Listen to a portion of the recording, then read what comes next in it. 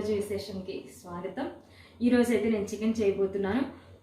చికెనే కదా, కొత్తగా ఏముంది, మేమందరం చేసుకునే చికెనే కదా.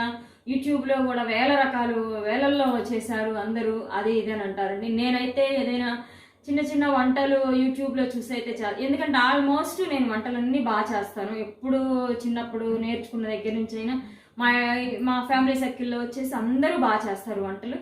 కాబట్టి నేను ఎప్పుడు కూడా అంతగా ఏమి కానీ చికెన్ మాత్రం యూట్యూబ్లో నేను ఇంతవరకు చూడలేదండి. నిజం, చికెన్ ఎలా చేయాలి అనేది చూడలేదు. ఎందుకంటే నాకు చికెన్ మా అమ్మమ్మ చేస్తేనే చికెన్ నచ్చేది. నేను నాన్ వెజ్ కూడా నేను చేసుకున్నా కూడా నాకు నాన్ వెజ్ ఒక్కొక్కసారి నచ్చదు. కాబట్టి నేను ఇంట్లో కూడా చాలా తక్కువ తినడం. ఆమె చేస్తేనే నచ్చుద్ది. ఆమె అయినా చిన్నప్పుడు మేము కిచెన్లో వంటగదిలోకి వెళ్ళినా కూడా ఈ మసాలాలు నూరుకు రండి అమ్మ, ఈరోజు చికెన్ ఈరోజు మాంసం, కోడి మాంసం చేస్తున్నాం, చికెన్ అయితే కాదు కదండి అప్పుడు అనేది, కోడి మాంసం అనే అనేవాళ్ళు. అట్లా ఆమె ఆమె దగ్గర చెప్పించుకునే లేదండి. నేను ఎప్పుడు కూడా చేస్తుంటే చూసి నేర్చుకున్నాను. ఉప్పు కానీ అది అసలు ఎంత ఎక్సలెంట్ అండి, అసలు ఇంత తగ్గదు. ఏదైనా సరే అంత బాగా పర్ఫెక్ట్గా చేస్తుందండి. అసలు ఆమె ఒక్కటి చేస్తే తినేదాన్ని. ఇక తర్వాత ఇంకెప్పుడు ఉండరు కదండి పెద్దవాళ్ళు, ఇక నేనే చేయడం నేర్చుకున్నాను. నేను కూడా అంత బాగానే చేస్తాను. నేను చేస్తే మా ఇంట్లో వాళ్ళకి చికెన్ చాలా ఇష్టం. అసలు అమ్మమ్మ ఏ పద్ధతుల్లో చేసేది, ఎలా చేసేది చికెన్ అంత టేస్ట్ ఎందుకు వస్తుంది? చుక్క నీరు కూడా వేయదండి, మళ్ళీ అందులో చుక్క నీరు కూడా వేయదు, కానీ చిక్కటి గ్రేవీ వస్తుంది. అసలు మసాలా మిక్సీ జారు కొంచెం దొరికి అందులో పోయడం కానీ, వాటర్ పోయడం కానీ, నీళ్ళు ఎక్కువ పోసి చేయటం, అసలు చుక్క నీరు కూడా వేయకుండా మనం చికెన్ ఎలా చేద్దామో ఇవాళ చూద్దామండి. ఓకేనా?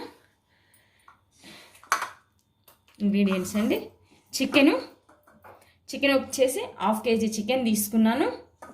1/2 kg చికెన్ అండి. టమోటాలు ఇలా సన్నగా కోసుకోవాలండి. టమోటాలు ఇలా సన్నగా పొడవుగా కోసుకోవాలి.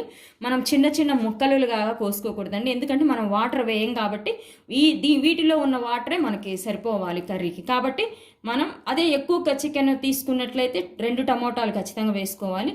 కాబట్టి 1 టమోటా తీసుకున్నాను. ఇలా పొడవుగా కట్ చేసుకోవాలి, పొడవుగా మాత్రమే కట్ చేసుకోవాలి. ఇలా పచ్చిమిరపకాయలు ఇవి సన్నగా ఇట్లా మధ్యకి కట్ చేసుకోవాలి. ఇవి ఉల్లిపాయలు అండి. ఉల్లిపాయలు ఇలా చిన్న చిన్న ముక్కలుగా కట్ చేసుకోవాలి. ఇది కరివేపాకు, కొత్తిమీర. ఇవి కరివేపాకు, కొత్తిమీర అండి.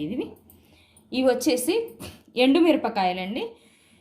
ఎండుమిరపకాయలు మనం ఒక అరగంట ముందు నీళ్ళల్లో నానబెట్టి పెట్టుకోవాలండి. ఇవి ఒక అరగంట ముందు ఒక 5-6 ఎండుమిరపకాయలు నీళ్ళల్లో నానబెట్టి పెట్టుకోవాలి.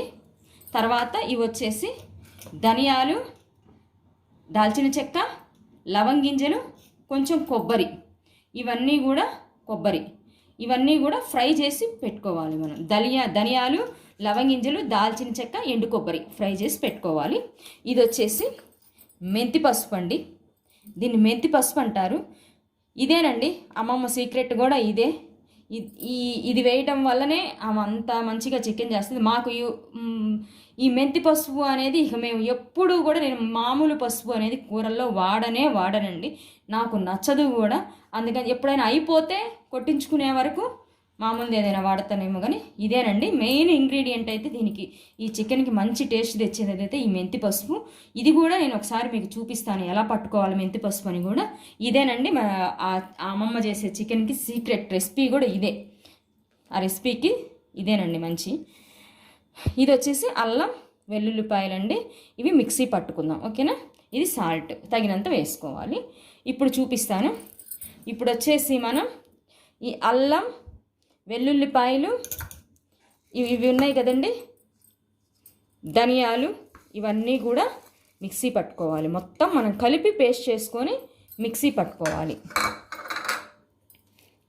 ఇగోండి, ఇవి వచ్చేసి ఎండుమిరపకాయలు. ఇంకా ఇంతవరకు మనం మిక్సీ పట్టుకోవాలి. నేను ఇవి మిక్సీ పట్టుకొని వస్తాను అండి.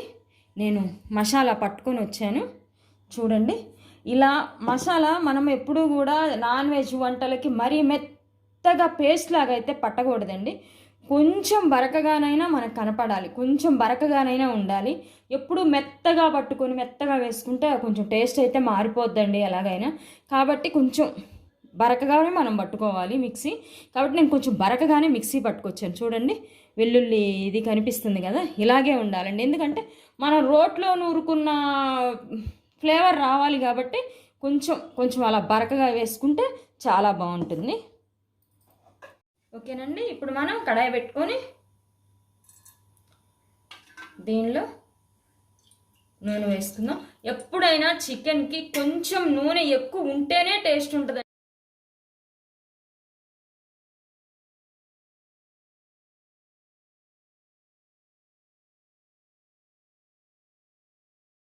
ఓకేనండి, ఇలా మనం ఆయిల్ కాగింది, చికెన్ వేసుకున్నాము.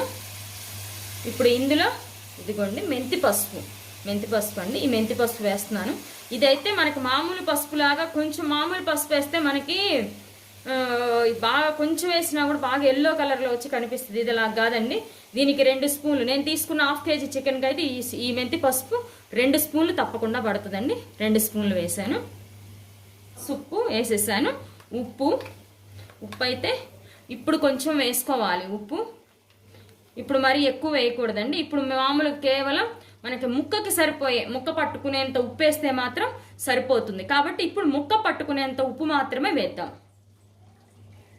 అంతటిని ఒకసారి కలబెట్టేద్దాం బాగా.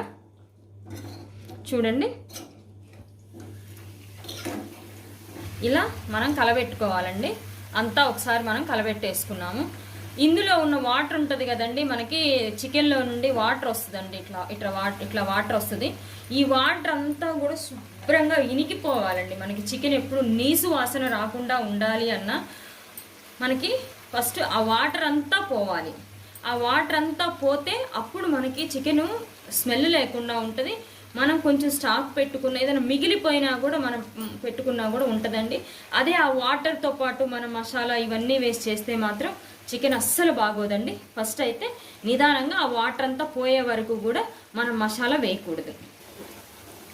చూడండి, అన్ని వాటర్ అయిపోయి మనకి శుభ్రంగా చికెన్లో నుంచి నూనె వచ్చిందండి. మనం వేసిన నూనె అంతా పైకి వచ్చింది, వాటర్ అంతా పోయింది, అయిపోయిందండి.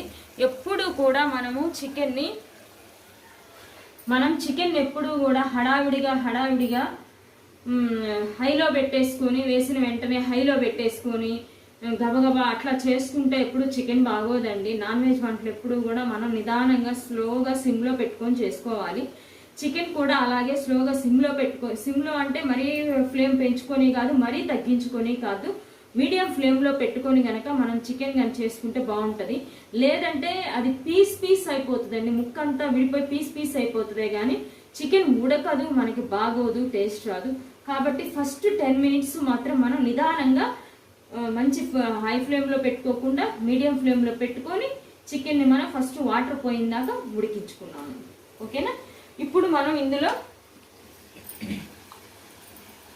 ఇవి అండి టమోటా ముక్కలు, ఉల్లిపాయ ముక్కలు, పచ్చిమిరపకాయ ముక్కలు, ఈ 3 కూడా వేసుకోవాలి. ఈ 3 వేసుకున్న తర్వాత కూడా మనం మీడియం ఫ్లేమ్లోనే ఈ చికెన్ని ఉడికించుకోవాలి. హై ఫ్లేమ్లో కానీ మరీ ఫ్లేమ్ తగ్గించి కానీ పెట్టుకోకూడదు. మీడియం ఫ్లేమ్లో ఇలా మనం చికెన్ని ఉడికించుకోవాలండి. ప్రతిదీ ఒక్కసారి వేసేసి దానికి మూత పెట్టేసి ఉడికించేసి చికెన్ అయిపోయింది అని అనుకోవడం కాదు. ఒక్కటి 1 by 1 మనం వేసుకుంటూ కూడా దీన్ని ఉడికించుకోవాలి. సరేనా అండి. దీన్ని మళ్ళీ మనం ఒక 5 మినిట్స్ టమోటా ముక్కలు, ఉల్లిపాయ ముక్కలు మెత్తబడే వరకు ఉడికించుకుందాము.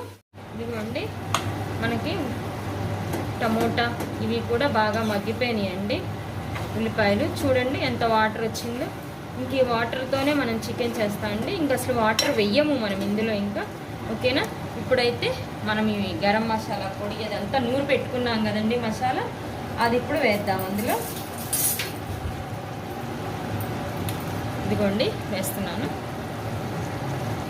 మనం సరిపోయినంత క్వాంటిటీలో వేసుకోవాలి. చూడండి, ఇలా ఇలా ఇలా ఇలా పీస్గా పచ్చాగా ఉండేట్లు నూరుకోవాలండి. మరీ మెత్తగా నూరుకోకూడదు, అలా అని మరీ అసలు మనకి గ్రేవీ రాకుండా ఉండేట్లు నూరుకోకూడదు. ఇలా మనం మిక్సీ పట్టుకోవాలి. లేదంటే రోట్లో నూరుకున్నా కూడా ఇలా నూరుకుంటేనే మనకి టేస్ట్ వస్తుంది చికెన్. ఓకేనా, ఇంత అయితే నాకు సరిపోద్దండి. ఎందుకంటే మంచిగా గ్రేవీ వస్తుంది కాబట్టి మనం కొంచెం మసాలా ఉండాలి. ఓకేనండి, దీన్ని కూడా మనం బాగా కలబెట్టుకుందాము. మసాలా వేసుకొని ఒక్కొక్కటి వేసుకుంటూ ఉండాలండి. మనం అన్నీ ఒక్కసారి వేయకూడదు.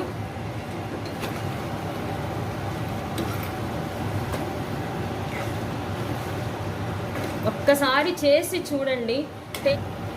ఇది వేసుకున్న తర్వాత మనం ఇందులో కారం వేసుకుందామండి. ఇదిగోండి కారం వేసుకున్నాము. అందులో కొంచెం ఎండుమిరపకాయలు వేసుకున్నాం కాబట్టి ఇందులో కారం కొంచెం తక్కువే పడుతుంది. అందుకని చెప్పి నేను 1.5 స్పూన్ కారం వేసాను. ఇప్పుడు మళ్ళీ అంతా కలబెట్టుకోవాలి ఒకసారి.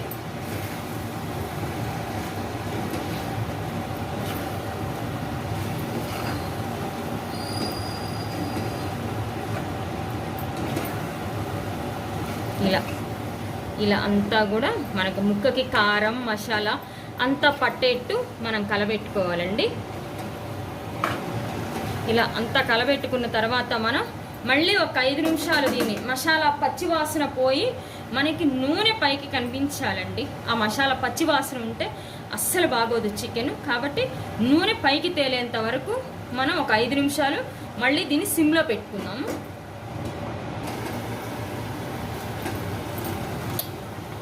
ఓకేనండి. ఇదిగో చూడండి ఎలా వచ్చిందో మనకి. అసలు సూపర్గా వచ్చింది కర్రీ. ఇలా మనం నూనె అంతా పోయిన తర్వాత పైకి తేలిన తర్వాత వాటర్ అంతా పోయి ఇట్లా పైకి తేలిన తర్వాత బాగా చికెన్ నూనెలో బాగా మనకి ఫ్రై అవుతుందండి. ఆ టేస్ట్ కూడా బాగుంటుంది. కాబట్టి ఇలా మసాలా అంతా పచ్చివాసన లేకుండా మనం వేయించుకోవాలి. ఇప్పుడు ఈ స్టేజ్లో మనం కరివేపాకు వేసుకోవాలండి. ఈ స్టేజ్లో మనం కరివేపాకు కొత్తిమీర చూడండి, కరివేపాకు కొత్తిమీర వేసుకోవాలి.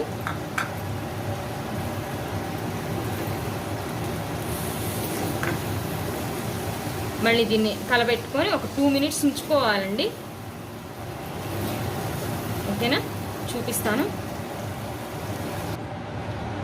ఇదిగోండి, మనం కొత్తిమీర కరివేపాకు వేసుకున్న తర్వాత ఈ స్టేజ్లో మనం ఉప్పు చూసుకోవాలి. ఉప్పు సరిపోయిందా లేదని చూసుకోవాలి. నాకు సరిపోలేదండి ఉప్పు. కాబట్టి ఇంత కొంచెం మన టేస్ట్కి తగ్గట్టు, మన ఇంట్లో మనం తక్కువ తింటామా ఎక్కువ తింటామా అని మనకు తెలుస్తుంది కదా. దాన్ని బట్టి మనం ఉప్పు చూసుకొని ఒకసారి ఈ స్టేజ్లో ఉప్పు వేసుకొని మరొకసారి కలబెట్టుకొని మనం ఒక 10 నిమిషాలు కనుక మూత పెట్టుకోవాలండి. చూడండి ఎంత గ్రేవీ వచ్చిందో. నేను వాటర్ ఏమి వేయలేదండి. మనకు ఉల్లిపాయల్లో నుంచి మసాలాల నుంచి టమోటా వేసాం కదా, ఆ టమోటాల నుంచి వచ్చే గ్రేవీనే మనకి సరిపోతుందండి. ఇదిగోండి, వాటర్ కూడా మనం ఏమీ వేయలేదు అసలు ఇందులో. చూడండి, మనకి 5 మినిట్స్ ఉడికేసరికి మొత్తం కవర్ అయిపోతుంది. ఓకేనా అండి, ఇప్పుడు మూత పెట్టేసుకుందాము.